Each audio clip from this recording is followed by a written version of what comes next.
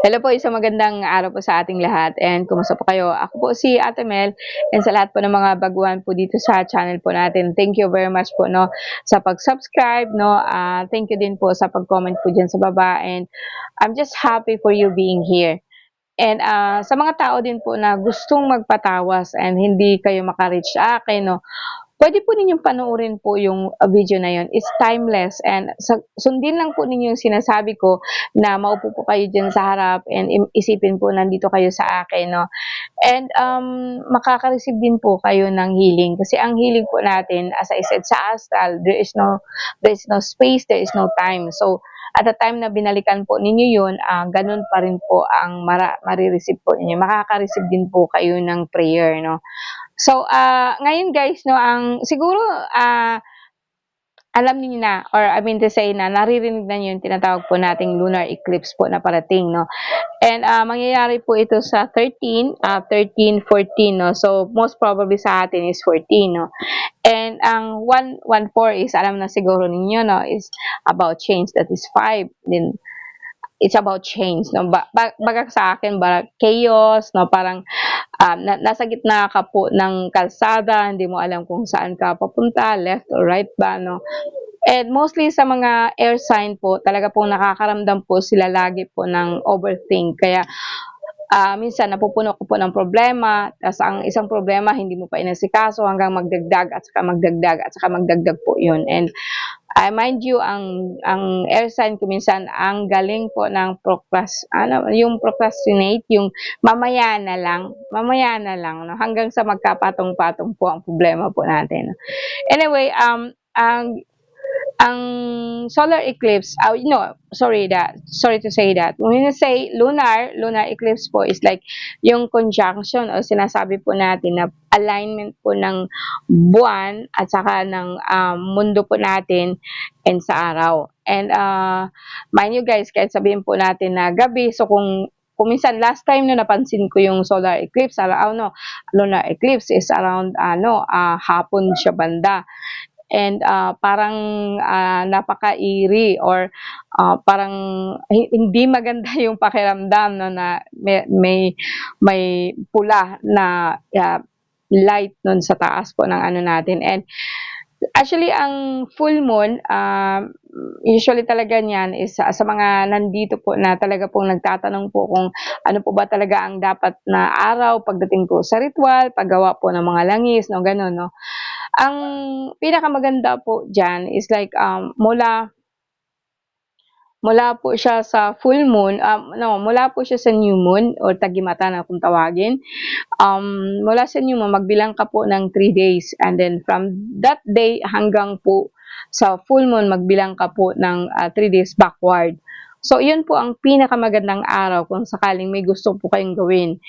And ito namang yung tinatawag po nating pababa po ang buwan, yan po ang ritual po na kung saan may gusto kang alisin, may gusto kang linisin sa iyong sarili, and may gusto kang iwanan na talaga pong kumbaga sa akin like yung mga toxic na relasyon mo, kahit yung asawa mo na lumayo na and don't try to win them back, no? Pero mas maganda siguro i-let go mo siya para po maka-move on ka, no? And kasi nandito tayo sa solar kung ano yung ano natin. But then ang kasi kumbaga sa akin it's like nandito na rin lang so explain ko na rin po sa inyo kahit papaano, no. But then in between from full moon and then 3 days from 3 days to full moon is like ang mga oras na yun, lalo na po pagdating sa full moon, wag na wag po kayong maggawa po anything po na kaakibat po nung tinatawag po natin na ritual or tinatawag po natin mag-charge. Mag-charge ka ng mga crystal mo. Marami akong nakikita dyan na nag-charge sila ng crystal during full moon. And for me, talaga pong I forbid kasi po masama po talaga ang araw po ng buwan, araw po ng full moon. Yan po talaga yung time na hindi po para sa atin. Para po yan sa mga entity po, sa mga nilalang po talaga na para sa dilim. And araw po nila yun. and gusto mong makisalamuha sa kanila, and kapag ang energy po do'n like magcha-charge ka po ng kung ano po yung spiritual na gamit mo, hindi po talaga siya maganda. No, so but then after full moon, ang energy po mula full moon hanggang magbilang ka ng 3 days, no, okay pa po yan. Basta wag kayong palampasin niyo ang full moon. Wag lang po talaga so actual full moon po na lilipat kayo ng bahay, or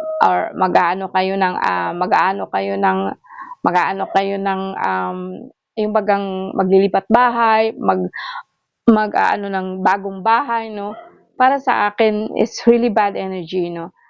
And lalo na po kung pagdating po sa tinatawag po natin na um, lunar eclipse, no? And kasi nga po kung sa alignment lang, ang ganda sana nga niya kasi kung isipin mo, naka-align po yung mundo natin, and then sa sun. So ang problema ko lang po doon is like ang halimbawa majority po ng mga tao, and depende po siya kung saan nanggaling po yung pag-flash kasi pag-flash po ng buwan halimbawa alas 9 ng gabi, and ang rotation po siya ng buwan is nataon po siya nandun po sa area po na hindi maganda, like yung mga overcrowded, so makikita niyo very poverty po na mundo o mga sa lugar, tapos magre-reflect po siya sa buwan. And ang buwan po na to is magre-reflect po siya sa ibang lugar. So sa akin hindi talaga siya maganda, but I'm telling you hindi wala tayong magagawa diyan, eh, 'di ba, no? It happens, and parang para maiwasan po, po yung ano natin, meron tayong puwedeng gawin diyan na maka-avoid po ng sobrang damage po sa atin. Kasi ang Luna kasi, nataon lang po siya ngayon na ano siya, Pisces. And ang Pisces is, papunta na po siya sa um, Aries, di po ba? No, I think, yeah, papunta na po siya sa April, pero malayo pa kasi 13 po talaga pong nasa gitna po siya ng Pisces, no, and 14. So 1 plus 4 is equals to 5. And 2 plus 5 is 7, no? So, ang lakas po ng impact po niya ng tinatawag po nating supernatural energy po na hindi normal, no? Is kumbaga sa akin, pag ang tao ay galit, kapag ang reflection po ng buwan at that time is like may mga tao po maraming galit, no? Maraming like ngayon nga may si Digong, maraming tao na nagre-react. So magre-reflect po siya sa mas maraming tao. And ang mangyayari nun, so nagkaroon na po tayo doon ng rage, nagkakaroon po tayo ng parang galit, yung parang lagi kang nairita, and like nasa mood ka po talaga kung saan gusto mong makipaggiyera, no? And nevertheless po sa akin is like I said, we cannot do anything. It's our nature, no? Kung minsan po meron tayong mga meteor, meron tayong mga na influensya po sa ibang mundo po natin. And alam ko naman na I always say na ang kapalaran po natin is in our hands, no? Nasa kamay po natin 'yan. But then malakas po talaga ang influensya po ng ibang planeta po sa mundo po natin. And since na tao tayo, kaya nga po baga actually we are very yung tinatawag baga na exciting species na lahat ng mga alien is like interesado po sa atin, how we react, no, how you can you know kung ano ang ibabato nila sa iyo, and titingnan nila kung gaano ka katatag.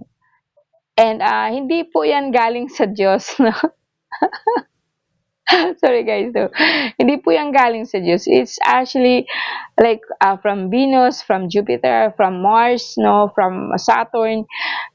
Sila po ang mga Diyos po natin, pero hindi sila yung Diyos talaga po natin. So ang influensya po over sa atin is malakas po, lalo na kapag hindi mo alam kung sino ka at kung ano ka.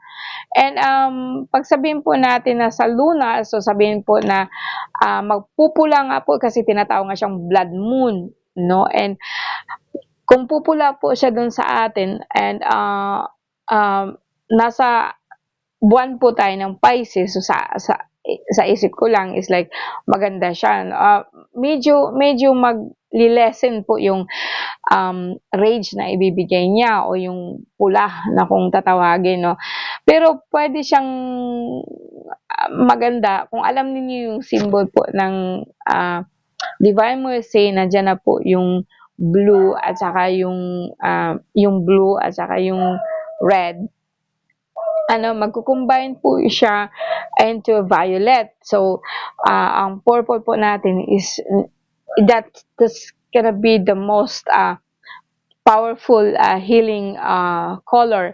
Kaya nga po baga ang violet talaga pong para po yun sa utak, sa mind. So I encourage po, no, sa lahat po ng mga followers ko na magsusuot po tayo ng violet. And isipin po natin kung halimbawa nga talaga pong at the time po na nakita natin, kasi hindi ko talaga alam kung anong oras po dito sa Pilipinas. Pag nakita po natin na nagpula po yung moon, you have to imagine na ang moon is hindi red ang binibigay niya or tinatawag po natin na violet. Pero pwede mo siyang gawin po na parang sanggain mo siya ng blue, no? 'Di ba red ang binibigay niya? Pagsanggain mo siya ng kulay blue, so ang darating sa iyo is violet. So, yan po ang pinakamalakas na ritual na kung sasabihin ko na para po mag-open po yung mind nyo, mag-open po yung utak nyo, mag-open po ang intuition ninyo para sa next level po natin, no? So, sa akin, ito yung pinakamahalagang araw po sa atin na kung saan samantalahin po ninyo ang pagpula po ng buwan by reflecting your own energy as a blue. Sa sa akin, madali lang yun. Isipin, di ba, isipin mo yung buwan is para siyang flashlight. And then, maglagay ka po dyan sa ulo mo ng kulay blue. Mag-reflect po yan sa iyo ng kulay violet. Maybe I can do that with my friends, no, sa lahat po ng kasama ko. Pero pwede sigurong gawin namin parang samantalahin po ang pagpulat po ng buwan. And gamitin po natin ang reflection po ng buwan na blue, which is Pisces, na para po magkaroon po tayo ng healing energy at that time. Sa lahat po ng mga may sakit diyan, no, sa lahat po ng mga gustong magkaroon po ng energy po sa yung magkaroon po sila ng intuition, mabuksan po ang isip nila, lalo na sa mga tao po talaga pong nahihirapan sila, maybe this time is a very good chance for you. Kaya nga ginawa ko kaagad itong video po natin, no. We're gonna use Pisces at this time against po sa pulang buwan, and ang pulang buwan is a good source of energy. And so salubungin po natin siya ng kulay blue para ang labas po niya sa atin is kulay violet. So I think this is a very good chance for us, no? And I'm really thankful po talaga na nakapagbigay po ako sa inyo ng information. I-share ko po sa inyo ang napakagandang blessing po na darating po sa atin. Instead po na pag-usapan po natin yung war, pag-usapan po natin yung tinatawag po natin na rage or is like salubungin natin siya ng tubig. And then mag-change po yung color niya into violet. I argue, ako tumatawag talaga po ako sa inyo na we gonna do this. Salubungin natin siya po ng tubig or blue color para magkaroon po siya sa Pilipinas ng violet na kung saan tawagin. Na kung tawagin po natin is the most pinakamataas po na healing color sa lahat po ng kulay po natin, no. And ito like is forgiveness, no, pinaghalo kung violet at saka blue at saka pula, water at saka babae at sa lalaki na pig-combine po natin. And magkakaroon po ito ng malakas na impact po sa ating brain na para po magkaroon po tayo ng pagkakataong mabago po ang buhay natin. Kumbaga sa atin, kaya kung ibibigay, kung batuhin mo kami ng ganito nga ganyan, din babatuhin ka rin po namin ng dasal po na kung saan gamitin din po namin yung energy po ng dagat because water is also a very healing and potent power po ng Pisces. So guys, no, sa lahat po na nandiyan, I'm really encouraging you na gawin natin to, no, to heal our own mind, to heal our world, to heal, kahit paano, kahit hindi tayo masyadong makaka-heal po sa politiko po natin ngayon, pero at least po sa buhay po natin din, sa pamilya po natin. And that's it, guys, no? Actually, excited po ako. Maybe this time talaga pong, in fact, inisip ko na kayong lahat po is like, tatawagin ko or isipin ko at this time para po mas marami ang energy na makukuha ko at baka masalo ko po yung sinag ng buwan na kulay blue at magkaroon po tayo ng healing, no, para po sa ating lahat. And no, sana po gabayan po ako ng lahat ng aking mga gabay and sa aking lahat na Diyos Ama and sa aking mahal na ina, na patnubayan po niya ako and kayo po, no, para po ma-heal po yung mundo natin, no, because right now is like mas marami po sa atin na nagsasuffer. And in Jesus name talaga po, no, and Yeshua Hamashiach, sana po is pagbigyan po niya ang aking healing. Maraming salamat po, guys, and napakagandang gabi po para sa atin po. Upload ko po kaagad to para mabasa or marinig po ninyo kaagad. Thank you!